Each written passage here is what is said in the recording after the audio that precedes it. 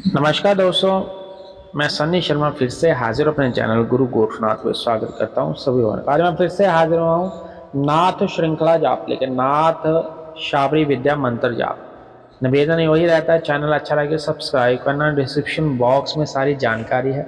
सन्नी नाथ YouTube पे मेरा एक और चैनल, उसको भी सब्सक्राइब करना। गुरु गोरखनाथ के जितने भी वीडियो आते हैं इस चैनल पे, इनको भी अच्छे से देखें। नाथ श्रृंखला है क्या? देखो, मैं आपको बताना चाहता हूँ, नाथों में कई प्रकार की विद्या प्रचलित है। आपको पता है कि शावरी है, आगा बरबर है, ये सारी जब साधना सिद्धियां जो मंत्र है, इनमें मंत्रों को डिफाइन करा गया। इनकी बोलते ना कि मंत्रों की कैटेगरी, उन कैटेगरी में इनको ऐड करा गया। आप सभी को पता है कि गुरु गोरक्षनाथ महाराज ने सबसे ज्यादा इस विद्या का प्रयोग करा है। शाबरी माता के अपार कृपा दृष्टि पाने के बाद उन्होंने सबसे ज्यादा जो मंत्रों का प्रयोग करा है वो मंत्र है संजीवनी। अब संजीवनी विद्या क्या होती है? संजीवनी विद्या वो है, आप बोल सकते हो कि जैसे राम जी को जब तीर लग गया था, लक्ष्मण जी को तीर लग गया था, सॉरी राम जी को नहीं, लक्ष्मण जी को जब तीर लग गया था और वो मुर्शिद हो गए थे, ठीक है, वो मुर्शिद हो गए थे, तो हनुमान जी संजीवनी पर्वत जो है उठा के हाथ पे लेके आए। तो वो ही विद्या का सिस्टम है, यानी कि मरे हुए व्यक्ति को जिंदा करने की जो बोलते हैं कि एक क्षमता रखता है ये मंत्र और क्रिया। इन क्रियाओं का पूर्ण प्रयोग करने के लिए आप लोगों को क्या करना पड़ता है? गुरु के सिद्ध विचार। नाथ श्रृंखला में कई प्रकार के मंत्र हैं, उन मंत्रों में उच्चारण है, उन उच्चारणों को करके ही आप उन मंत्रों का पूर्ण रूप से प्रयोग कर सकते हो। सर्वप्रथम नाथ संपदा में चलना है, दीक्षा आपकी होनी अति आवश्यक है। बिना गुरु के आप इन मंत्रों का प्रयोग नहीं कर सकते हो।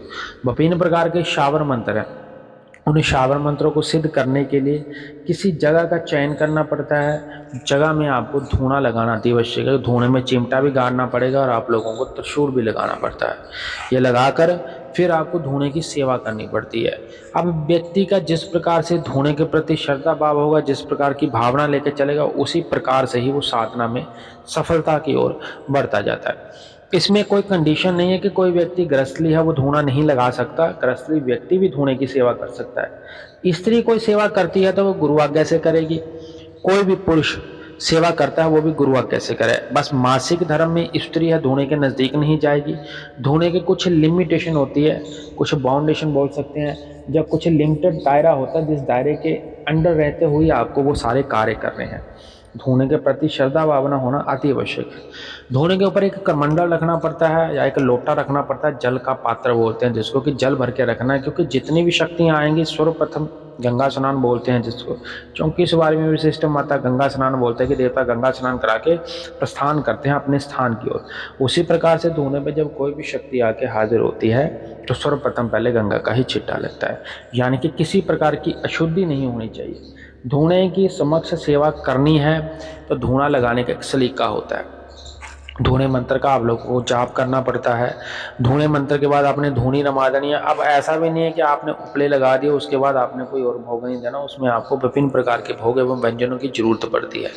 क्योंकि गरीबी और अमीरी की लोग बात करते हैं कि मैं गरीब हूँ, मैं अमीर हूँ, लेकिन धूना लगाते हो, गरीब हो अमीर हो, भोग तो लगना ही लगना। अगर कुछ नहीं दे सकते हो तो दूध लगता है, दूध नहीं है तो रोट प्रसाद बनाने पड़ेंगे। अब रोट बनाने पड़ेंगे तो देसी घी भी ही लगना है, गुग्गल लवान का प्रयोग करना पड़ जाएगा। क्योंकि जब तक धूने में आप वो चीज़ नहीं डालोगे, क्रिया पूर्ण रूप से जागृत नहीं होनी है। क्रिया को जागृत करने के लिए धूना जलाना, धूने के समक्ष बैठ के आपको 1 घंटा, सवा घंटा, आधा घंटा या पौना घंटा, जितनी आपकी बैठने की कैपेबिलिटी है वहाँ पे बैठ के आपको नित्य कर्म के अनुसार पूर्ण नियमों की पालना करते हुए मंत्र का जाप करना पड़ता है। ना